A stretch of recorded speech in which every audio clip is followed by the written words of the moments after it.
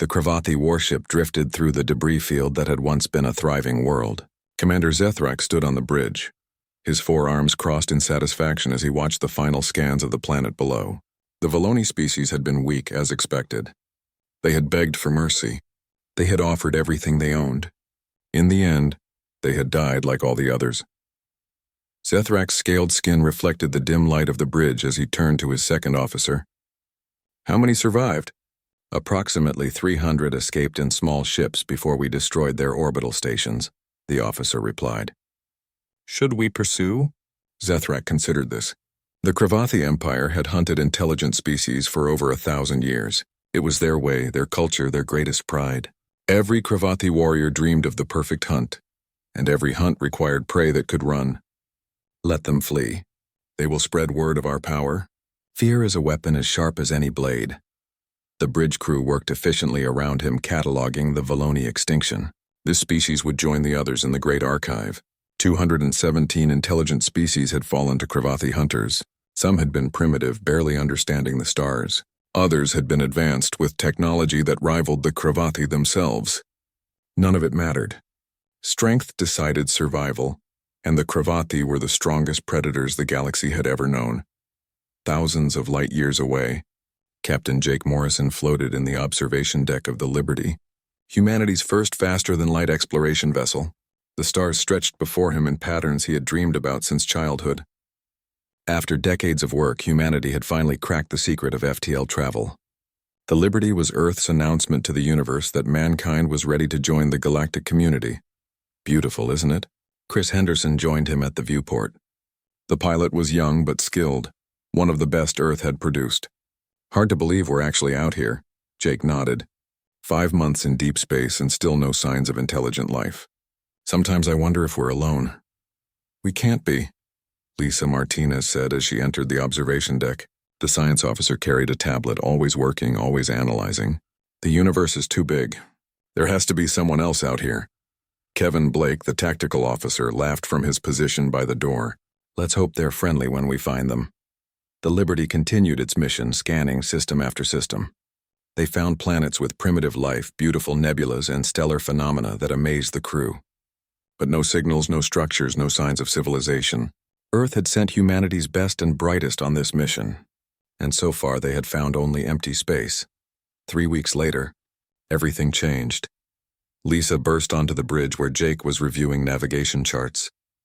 "Captain, we're picking up a signal. It's weak, but it's definitely artificial." Jake's heart raced. "Where?" "About 4 light years from our current position. The signal is fragmented, but it's repeating. I think it's a distress call." The Liberty changed course immediately. As they drew closer, the signal became clearer. It wasn't in any human language, but the pattern was unmistakable. Someone needed help. They found the ship drifting near a small moon. It was damaged badly, with entire sections torn open. The design was unlike anything humans had created, all curves and organic shapes. Jake ordered the Liberty to approach cautiously. "I'm reading life signs," Lisa reported. "Faint but present. 3 individuals, maybe 4. Can we dock with them?" Jake asked. Chris studied his controls. "Their docking port looks compatible enough. I can make it work." The boarding party consisted of Jake, Kevin, and 2 security officers. They wore full environmental suits, unsure what atmosphere the alien ship maintained. As the airlock opened, they found themselves in a dim corridor that smelled of smoke and something sweet they couldn't identify. They found the survivors in what appeared to be a medical bay. The aliens were small, about 4 feet tall, with pale blue skin and large dark eyes. Their bodies were thin, almost fragile. One of them was clearly dying, its breathing shallow and labored. Lisa had joined them and immediately scanned the aliens with her medical equipment. "Their biology is carbon-based like ours, but different enough that I can't help them with our medicine." The dying alien reached out to Jake.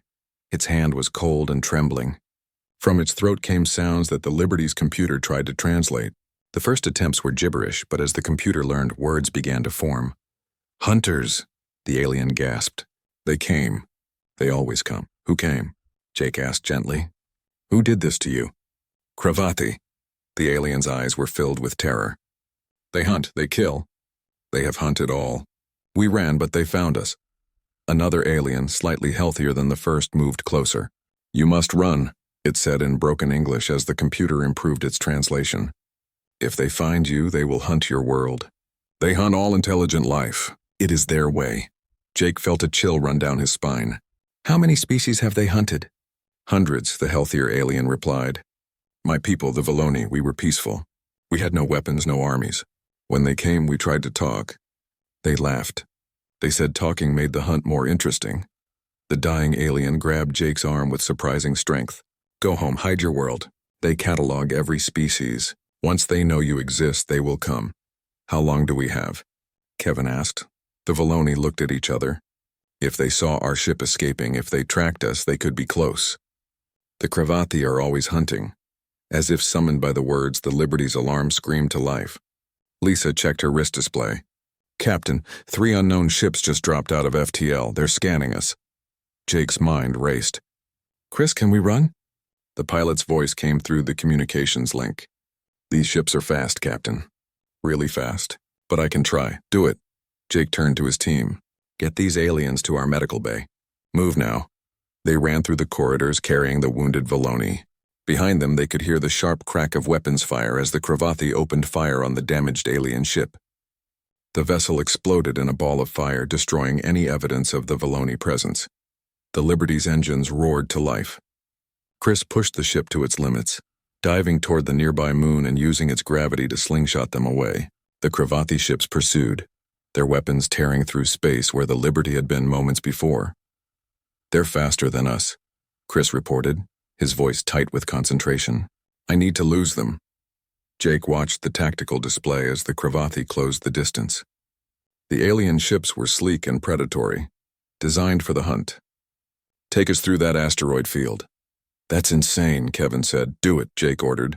Chris dove the Liberty into the dense field of spinning rocks. He flew like a madman, twisting and turning through impossible gaps. Behind them, the Cravathi followed, their confidence clear in their aggressive pursuit.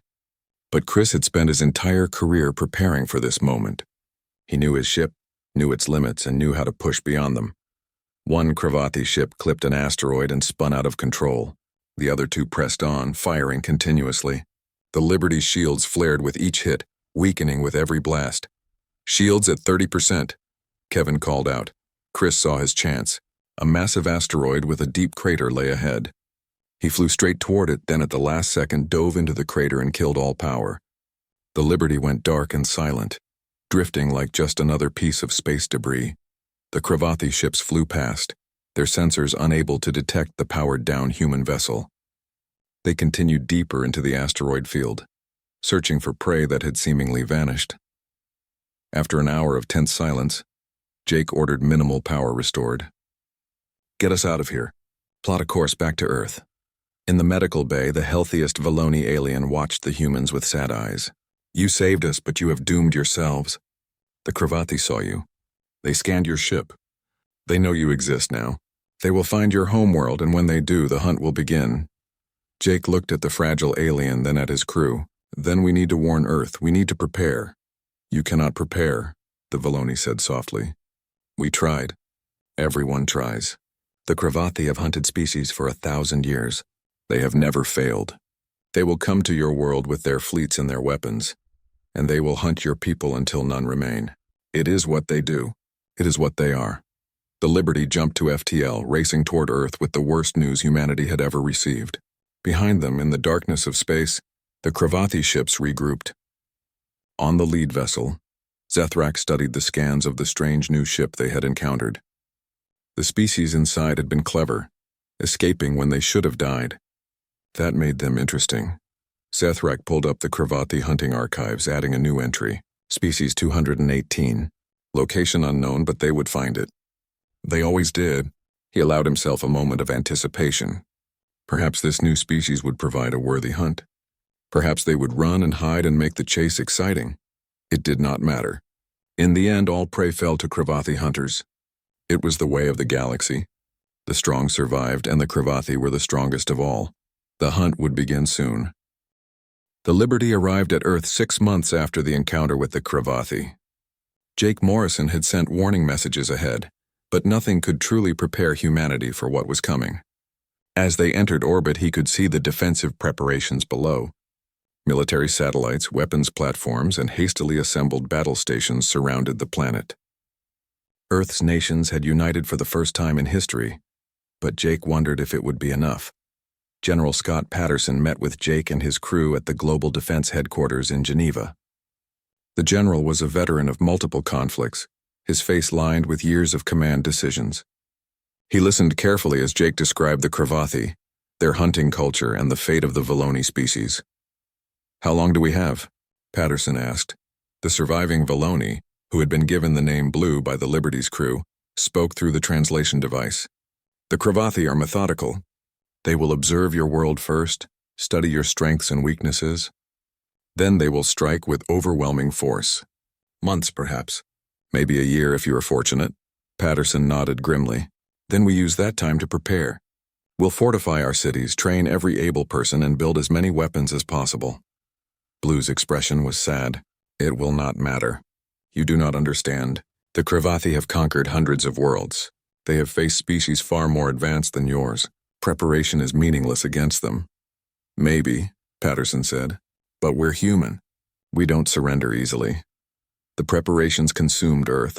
Factories that once made cars now produced weapons. Citizens trained in combat techniques. Children were evacuated to underground shelters. The Voloni refugees helped where they could, sharing what little they knew about Cravathi technology and tactics. But even as humanity worked, everyone felt the weight of inevitable doom. In orbit, watching through cloaked ships invisible to human sensors, Zethrak observed everything. He had tracked the Liberty back to Earth easily enough. The planet was perfect for a hunt. Billions of prey, varied terrain, and a species that seemed to have some fighting spirit. The Cravathi fleet had been gathering for months, preparing for what promised to be their greatest hunt in decades. The invasion came on a Tuesday morning. The sky above major cities filled with Cravathi warships, their dark hulls blotting out the sun. There was no warning, no declaration, no chance to negotiate. The first weapons fired at 0600 hours, and by 0700, 12 million people were dead. Lieutenant Amy Carson was at her base in Colorado when the attack began. She was checking inventory reports when the alarm sounded. By the time she reached the command center, the first wave of Cravathi dropships was already entering the atmosphere. "All personnel to combat positions," the base commander ordered. "This is not a drill. We are under attack." Amy ran to the armory, grabbing a rifle and combat gear. Around her, soldiers moved with practiced efficiency, but she could see the fear in their eyes. They had trained for this, but training was nothing compared to reality. The Cravathi dropships landed a mile from the base. Amy watched through binoculars as the doors opened and the aliens emerged. They were massive, easily 7 feet tall, with 4 arms and scaled skin that seemed to absorb light. Each one carried weapons that looked both advanced and primitive, a strange combination of technology and ritual. "They're not attacking," someone said. "They're just standing there." Amy realized what was happening. They're hunting. This isn't a battle to them. It's sport. The Cravathi moved forward in small groups, methodical and patient. They weren't rushing. They were savoring the moment. Amy saw one of them point at the base, heard something that might have been laughter. Then the hunt began. The first engagement was brutal. Human weapons worked against the Cravathi, but their armor was tough and their tactics were refined by centuries of experience. For every alien killed, 5 humans died. Amy's unit fell back to prepared positions, using the terrain to slow the advance. But the Cravathi kept coming, relentless and confident. Amy found herself separated from her unit during a retreat. 3 Cravathi hunters cornered her in a storage building.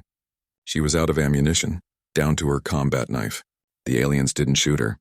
Instead, they holstered their weapons and advanced slowly, clearly intending to kill her with their bare hands. To them, this was more honorable, more fitting for the hunt. The largest Cravathi reached for her and Amy moved on pure instinct. She ducked under its arms, drove her knife into a gap in its armor near the neck and rolled away. The creature roared in pain and surprise. The other 2 paused, suddenly cautious. They had expected easy prey, not something that fought back effectively. Amy used that moment to grab a fallen rifle. She shot the wounded Cravathi first, then turned on the others. Her shots were precise, aimed at the armor gaps she had just discovered. Both aliens fell. Amy stood there, breathing hard, staring at the bodies. She had killed 3 of them. It was possible to win. Around the world, similar scenes played out. The Cravathi invasion was successful in its initial assault, But humanity was proving more difficult than expected.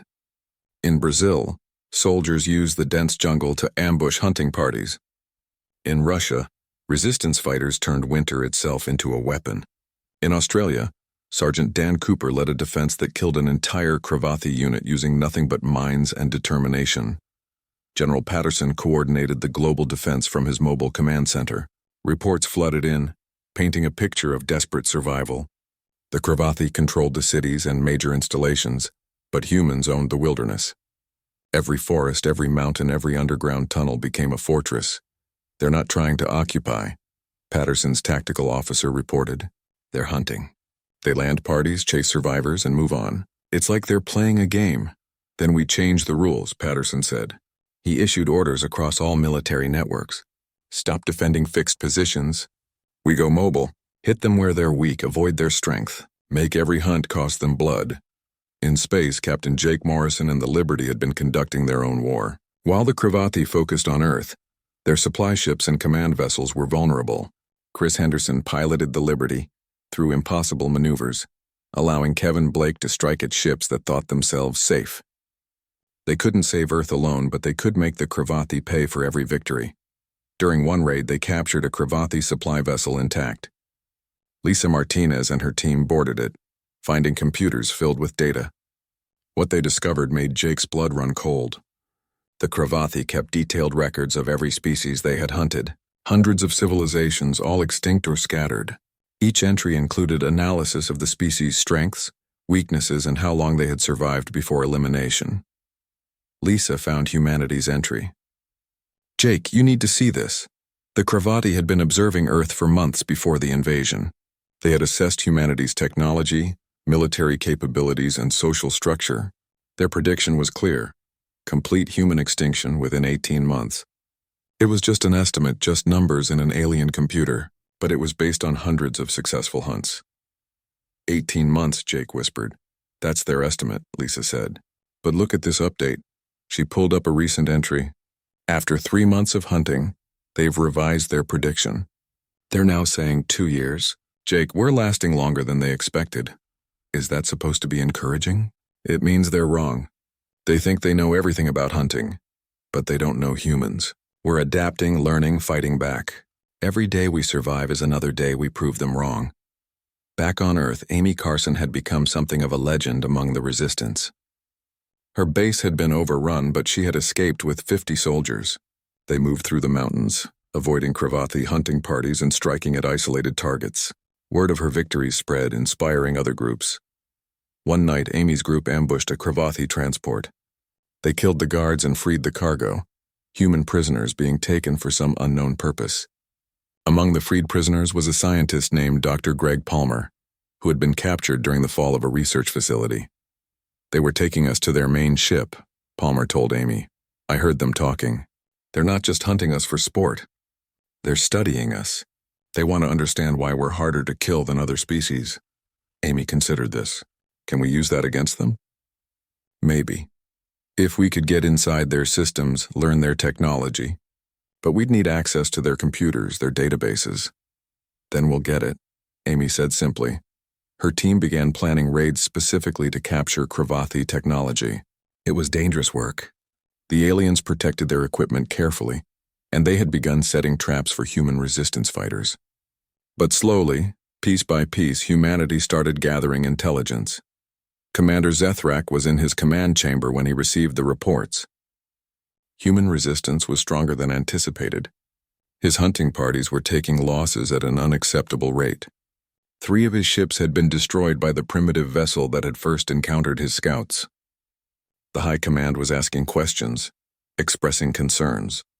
For the first time in his career, Zethrak felt something unfamiliar. Not fear exactly. The Cravathi did not fear prey, but uncertainty, doubt. These humans were supposed to be easy targets. Instead, 2 years had passed since the Cravathi invasion began. Earth was a changed world. The great cities lay in ruins, monuments to humanity's first encounter with true galactic predators. But in the wilderness, in the mountains and forests and underground networks, humanity had not just survived. They had evolved. Amy Carson stood on a ridge overlooking what used to be Denver. Her team was different now, harder and leaner than the soldiers who had first faced the Cravathi. They moved with the silence of hunters, their equipment a mix of human and alien technology. They had learned from their enemy, studied their patterns, and turned those lessons into weapons. "Target is moving," whispered Kate Williams, the team's scout. She was European by birth, but nationality meant nothing anymore. There were only survivors and the dead. 4 Cravathi hunting pattern Delta. "They're following the trail we left." Amy smiled coldly. "Perfect. Everyone in position?" Her team confirmed readiness. They had spent 3 days preparing this ambush, learning the patrol routes of this particular Cravathi hunting party. The aliens were predictable once you understood their culture. They followed ritual patterns, specific formations that had worked for centuries. Those patterns had become weaknesses. The Cravathi moved into the kill zone with confidence. They were tracking what appeared to be human survivors fleeing through an abandoned suburb. What they didn't see were the 40 resistance fighters hidden in prepared positions, weapons trained and ready.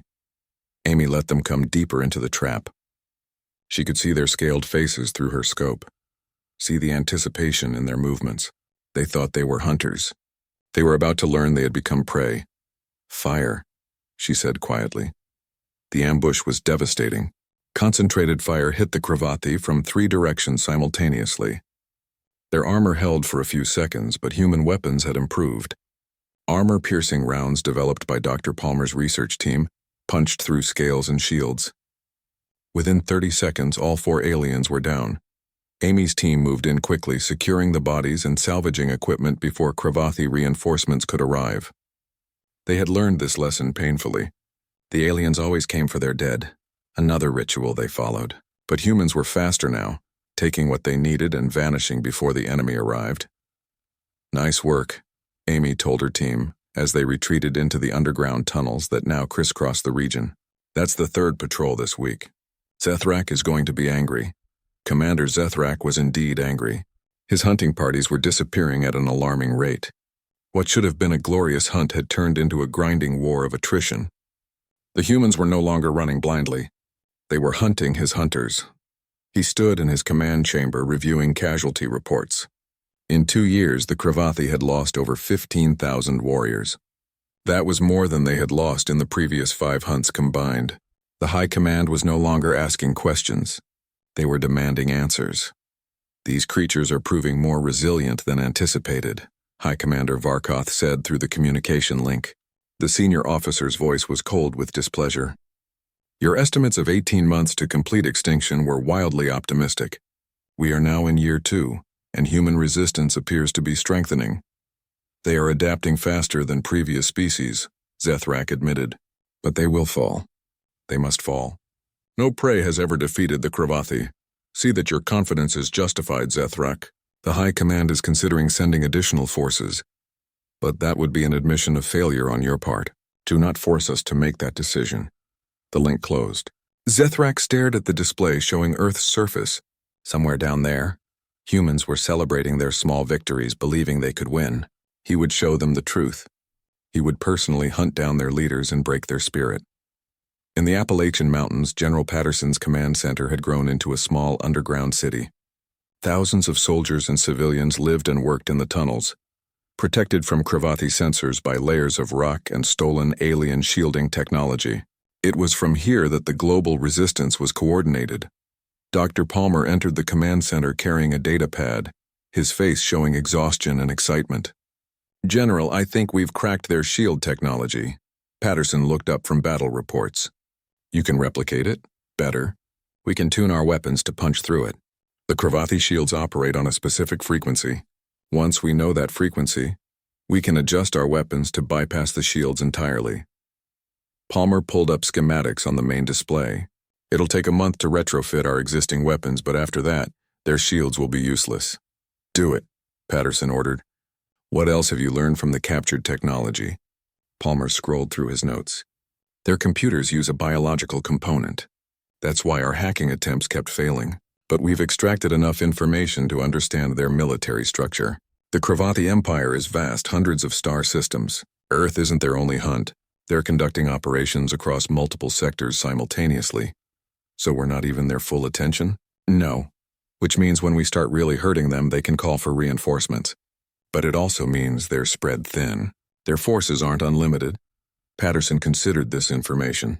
If we could hit them hard enough, make this hunt too costly, they might give up and move on. That's one option, Palmer agreed. Or we could do something no other prey species has done. We could take the fight to them. In orbit, Captain Jake Morrison was having similar thoughts. The Liberty had been joined by other surviving Earth vessels, forming what they called the Free Fleet.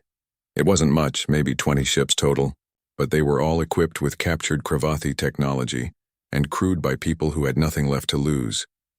Lisa Martinez had become the fleet's chief intelligence officer. She had spent 2 years analyzing every scrap of Cravathi data they captured. "Jake, look at this," she said, pulling up a star chart. "These are Cravathi supply routes. They have to ship resources from their home territories to support the fleet here. If we hit these supply lines, we could starve them out." "How far are we talking?" Jake asked. "Deep into their territory. Weeks of travel, maybe months. And we'd be alone, no support, no backup." Lisa met his eyes. "But every ship we destroy is one less they can use against Earth." Chris Henderson laughed from his pilot station. "So we're going to raid the enemy's backyard?" "I'm in." Kevin Blake nodded in agreement. "We've been playing defense for 2 years. Time to make them worry about their own territory." Jake made the decision. "We'll take half the fleet. The rest stays here to support ground operations. Lisa, plot us a course. Let's go hunting." On Earth, Amy Carson received new orders from General Patterson. She was to form a special operations unit with one purpose: hunting high-value Cravathi targets. They called it the Predator Corps, a name chosen specifically to mock the aliens who had thought humans were easy prey. Amy selected her team carefully. She chose Kate Williams for reconnaissance, Dan Cooper from Australia for his brutal efficiency in close combat, and a dozen others who had proven themselves in 2 years of desperate fighting. They trained in isolated mountain camps, learning not just to fight Cravathi but to think like them, to anticipate their moves and turn their own tactics against them. Their first mission was ambitious. Intelligence suggested that High Commander Varkoth himself would be visiting Earth to inspect Zethrak's operations. The Predator Corps would infiltrate the landing zone and capture the High Commander. Not kill, but capture. Patterson wanted to send a message. Humans could reach anyone, anywhere. The mission almost failed a dozen times. Security around Varkoth was intense, and the Cravathi were no longer underestimating human capabilities. But Amy's team was patient, waiting for the perfect moment. When it came, they struck with precision that would have made the Cravathi proud. Varkoth was traveling from the landing pad to Zethrak's command ship when the ambush hit. Amy's team used stolen Cravathi equipment to disable the guards' shields, then hit them with tranquilizer darts loaded with a chemical Palmer had developed specifically for Cravathi biology. The High Commander himself was struck by 3 darts before he could even draw his weapon. "Go, go, go!" Amy shouted as her team loaded the unconscious alien onto a transport. They were gone before reinforcements arrived, vanishing into the tunnel systems that Zethrak still hadn't been able to fully map. The capture of Varkoth was a turning point. For the first time, humans had taken a senior Cravathi leader alive. The interrogation was difficult. Varkoth was trained to resist questioning, and his biology made traditional methods useless. But Palmer had been studying Cravathi psychology through captured databases, and he knew their culture valued honor and strength above all else. "You've lost this hunt," Palmer told Varkoth during one session. "Your warriors die every day. Your ships burn in orbit. You came here expecting easy prey, but you found predators." "You are prey," Varkoth said in heavily accented English. "You will always be prey. The Cravathi are the apex hunters of the galaxy." "Really?" Amy Carson entered the interrogation room. "Because from where I'm standing, we caught you. We hunted the mighty Cravathi commander and took him alive. What does that make us?" The Earth that emerged from 2 years of war was fundamentally different. The old nations and borders meant little now. Humanity had united under a single government, the Unified Earth Command, led by General Scott Patterson. Every resource, every person, every scrap of technology was dedicated to one purpose: ensuring that what happened to Earth would never happen to anyone else. Amy Carson stood at attention in the rebuilt command center, now located in what used to be Geneva. Around her were the other leaders of the Predator Corps, elite units that had turned the tide of the ground war. Patterson entered, and with him came Dr. Greg Palmer and Captain Jake Morrison, just returned from his latest raid. Reports from all fronts are encouraging, Patterson began. The Cravathi have withdrawn completely from Earth. Our satellites show their fleet regrouping at the edge of the solar system, but they're not advancing. For the first time in this war, they're hesitant. They should be, Amy said. We've killed 20,000 of their warriors. We've captured one of their high commanders. We've proven they can bleed. Jake Morrison stepped forward. The Free Fleet has been hitting their supply lines for 6 months. We've destroyed 40 supply ships and 3 military outposts. More importantly, we've made contact with other survivor species. The Voloni refugees have joined us. So have remnants of 6 other species the Cravathi thought they'd exterminated. They're calling themselves the Coalition of Survivors. Patterson nodded, which brings us to the decision we need to make.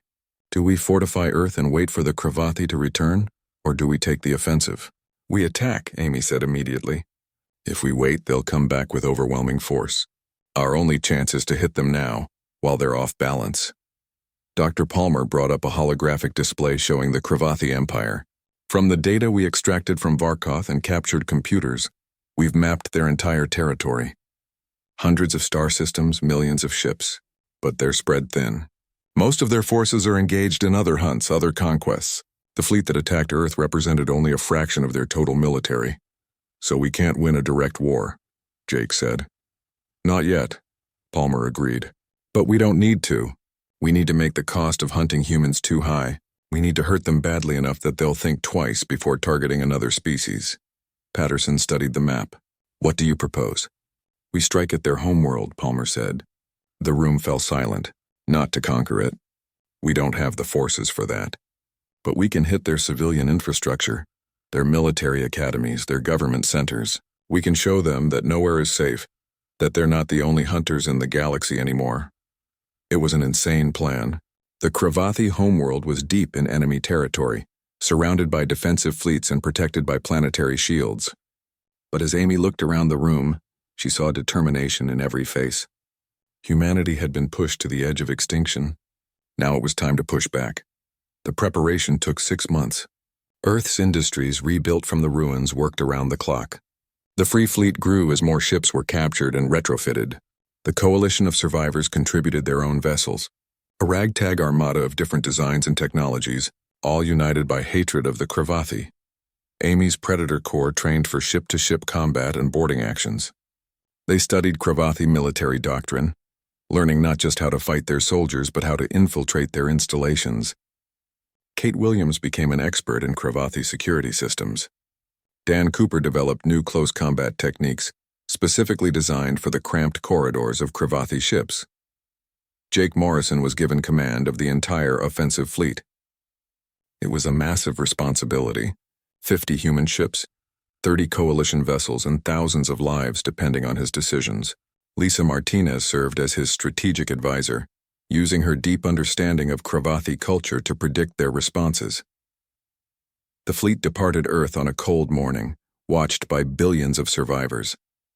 There were no speeches, no grand ceremonies. Everyone knew this was a one-way mission for many of them. But they went anyway, because the alternative was waiting for the Cravathi to return and finish the hunt. The journey took 3 weeks through captured Cravathi jump routes. Along the way they encountered patrols and outposts. The fleet destroyed them all, leaving no survivors to warn the homeworld. With each victory, confidence grew. The impossible was becoming possible. They emerged at the edge of the Cravathi home system to find exactly what Varkoth's intelligence had predicted. A heavily defended world, but not as heavily as it could have been. Most of the military was deployed across the Empire, engaged in dozens of hunts. The homeworld's defenders had grown complacent, never imagining that prey would dare strike at the heart of the Empire. All ships, this is Morrison, Jake broadcast across the fleet. We're not here to exterminate the Cravathi. We're here to teach them a lesson. Hit military targets only. Avoid civilian casualties where possible. We're better than they are. We prove that today. The fleet split into 3 groups. Jake led the main force directly at the orbital defenses. Amy's Predator Corps aboard fast assault ships would slip through the chaos and strike at ground targets. The coalition ships, commanded by Blue and other survivor leaders, would hit the outer defense stations. The battle began with a coordinated assault that caught the Cravathi completely off guard.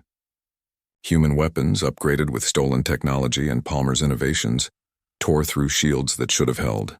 The defensive stations, designed to repel attacks from space, found themselves facing enemies who fought with tactics the Cravathi had never encountered. "They're fighting like us," a Cravathi commander reported in confusion. "They're hunting like Cravathi warriors." That was exactly the point. Humanity had learned from their enemy, had adapted their tactics, and now used them better than the originators. The orbital defenses fell within hours. Amy Carson's assault team breached the atmosphere in stolen Cravathi shuttles, their transponders identifying them as friendly forces. By the time the deception was discovered, they were already on the ground, striking at military academies and command centers. The Cravathi Military Academy was their primary target. This was where future hunters were trained, where the culture of predation was passed to new generations. Amy's team hit it with precision, destroying training facilities and data archives. They broadcast their attack across Cravathi communication networks, ensuring every warrior in the Empire would see prey species attacking their sacred grounds. But Amy made sure to evacuate the students first. These were young Cravathi, barely adults, and killing them would make humanity no better than the monsters who had attacked Earth. Her team herded them to safe areas before demolishing the buildings. It was a message. Humans could kill, but chose not to when given the option. In space, Jake Morrison faced a counterattack. The home fleet had rallied and more ships were arriving from nearby systems. The Cravathi were desperate now, fighting to protect their homeworld with everything they had. The battle became brutal, ship-to-ship combat at close range where superior numbers began to tell. "We're losing too many ships," Kevin Blake reported. "If we stay much longer, we won't make it out." Jake watched the tactical display. The mission objectives had been met. The Cravathi military infrastructure was crippled, but there was one more target, one more message to send. "Lisa, where's the Hall of Hunts?" he asked. Lisa pulled up the location. The Hall of Hunts was the Cravathi's sacred museum, where they kept records and trophies of every species they had hunted. It was the heart of their culture, the symbol of their identity as apex predators. "Jake, it's heavily defended and it's right in the middle of their capital city," Lisa said. "We'd need ground forces to reach it." "We have ground forces," Amy's voice came over the communication link. "Give me coordinates. The Predator Corps will handle it." What followed was the most audacious raid of the war. Amy's team fought through the capital city, facing not just military forces but desperate civilians defending their cultural heart. The Cravathi fought with religious fervor, each warrior willing to die to protect the Hall of Hunts. Amy's team reached the hall with half their numbers lost. The building was massive, filled with centuries of trophies. Skulls of extinct species, preserved specimens, detailed records of every hunt. It was a monument to genocide, and Amy felt sick looking at it. "We could destroy it," Kate Williams said. "Burn it all down," Amy considered. Destroying the hall would be a devastating blow to Cravathi morale. But it would also destroy the only records of species the Cravathi had exterminated. These were the last memories of civilizations that no longer existed. "No," Amy decided. "We take the records. All of them. These species deserve to be remembered, not erased." Her team worked frantically, downloading databases and taking physical samples. They transmitted everything to the fleet, ensuring humanity would preserve the memory of the Cravathi's victims. Then, instead of destroying the hall, Amy left a message painted on the wall in Cravathi script. "We remember them. We will ensure the galaxy remembers what you did." The fleet extracted under heavy fire, losing a third of their ships in the withdrawal. The journey back to Earth was somber, the ships filled with wounded and the knowledge of friends who wouldn't return. 5 years had passed since the Cravathi first attacked Earth. The planet had rebuilt, but the scars remained. Cities rose from the ruins, but memorial parks marked where millions had died. Humanity had survived, but they would never forget the cost. General Scott Patterson stood before the Unified Earth Command, addressing representatives from across the planet and the growing coalition of survivors. He was older now, grayer, but his voice carried the weight of hard-earned wisdom. "The Cravathi have been quiet for 3 years," he said.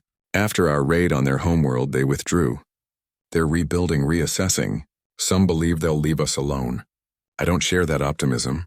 Amy Carson, now a full general herself, nodded in agreement. "Their culture is built on hunting and dominance. They can't let what we did go unanswered. It's not in their nature. Which is why we're not waiting, Patterson continued. We've spent 3 years building alliances, strengthening our forces, and preparing for the future. Today we make a decision that will shape the galaxy for centuries. Do we sit behind our defenses and wait? Or do we ensure the Cravathi never threaten anyone again? Jake Morrison, now an admiral commanding humanity's growing fleet, spoke up. The coalition has 40 member species now. Every one of them is a survivor of Cravathi hunts. They're looking to us for leadership. If we don't act, someone else will, and it might not be as measured as we'd like. The debate continued for hours. Some argued for defensive positions, building an impenetrable fortress around Earth and allied worlds. Others wanted immediate offensive action, striking the Cravathi before they could recover. But Amy proposed something different. We don't just defend and we don't just attack, she said. We dismantle their entire empire. We liberate every world they control, free every species they've enslaved, and put an end to their hunting culture once and for all. Not through genocide, but through occupation and reformation. It was an ambitious plan, perhaps impossibly so, but humanity had achieved the impossible before. The vote was close, but the decision was made. The coalition would launch a full-scale campaign to end the Cravathi Empire. The fleet that assembled was unlike anything the galaxy had seen. Human ships formed the core, sleek vessels incorporating both Earth technology and captured alien innovations. Around them flew ships from dozens of species, each contributing their unique capabilities. The Valoni provided advanced sensors. Other species brought weapons, shields, and tactical knowledge. Blue, the first Valoni to warn humanity, served as one of the coalition's senior advisors. He often met with Amy, discussing strategy and philosophy. 5 years ago, I told you preparation was meaningless, he said during one meeting. I was wrong. Humanity didn't just prepare. You transformed. You became something new.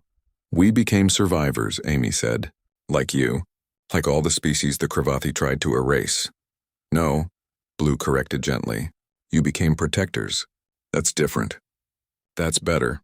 The campaign began with surgical strikes against Cravathi military outposts in border regions.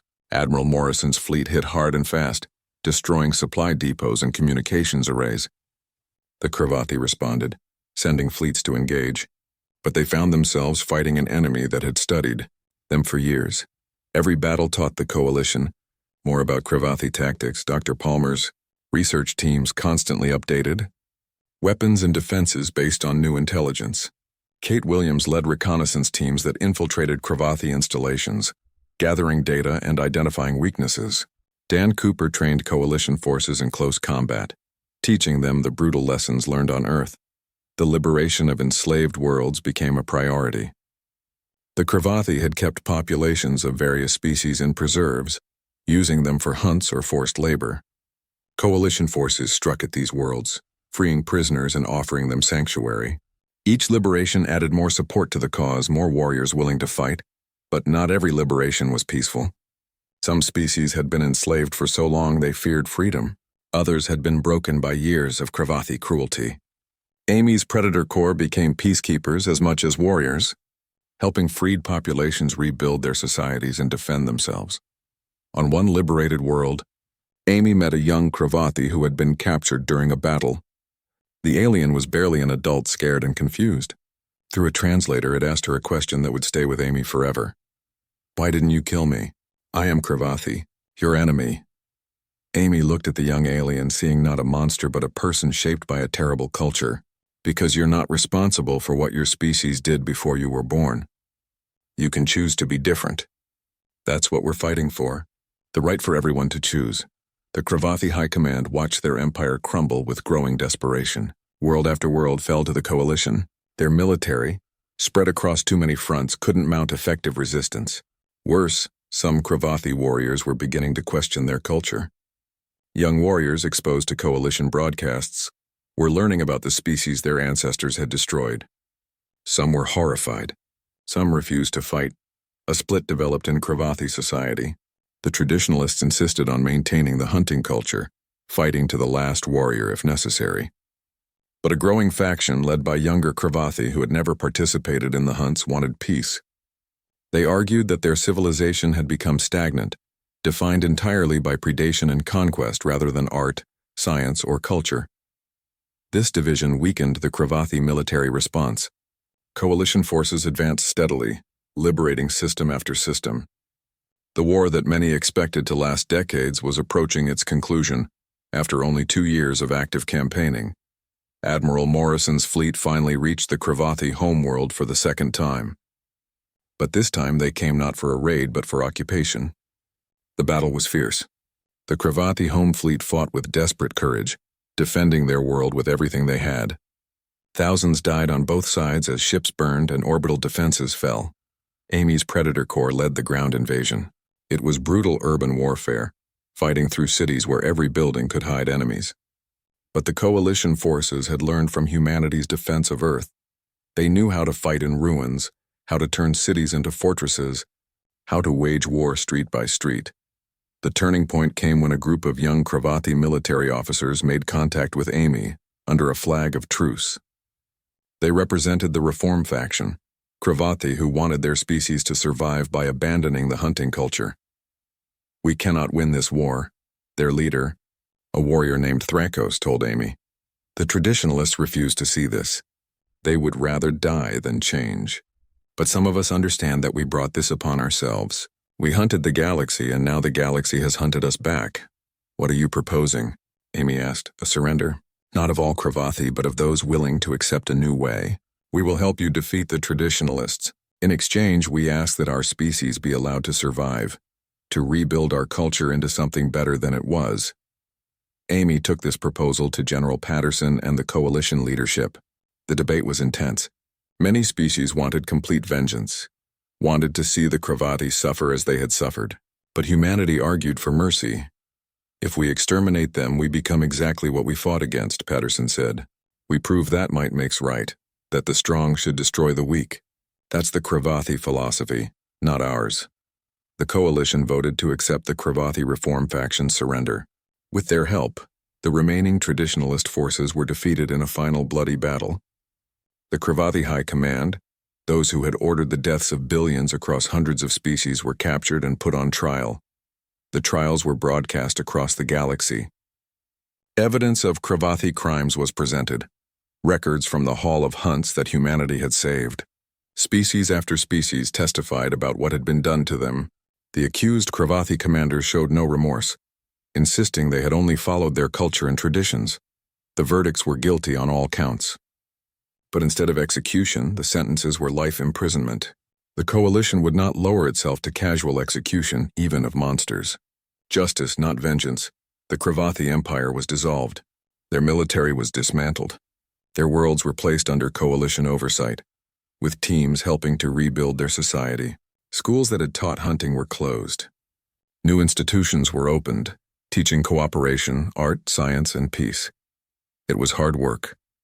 Many Cravathi resisted, clinging to their old ways. Some attempted rebellions, but others, especially the young, embraced change. They learned about the species their ancestors had destroyed and felt shame.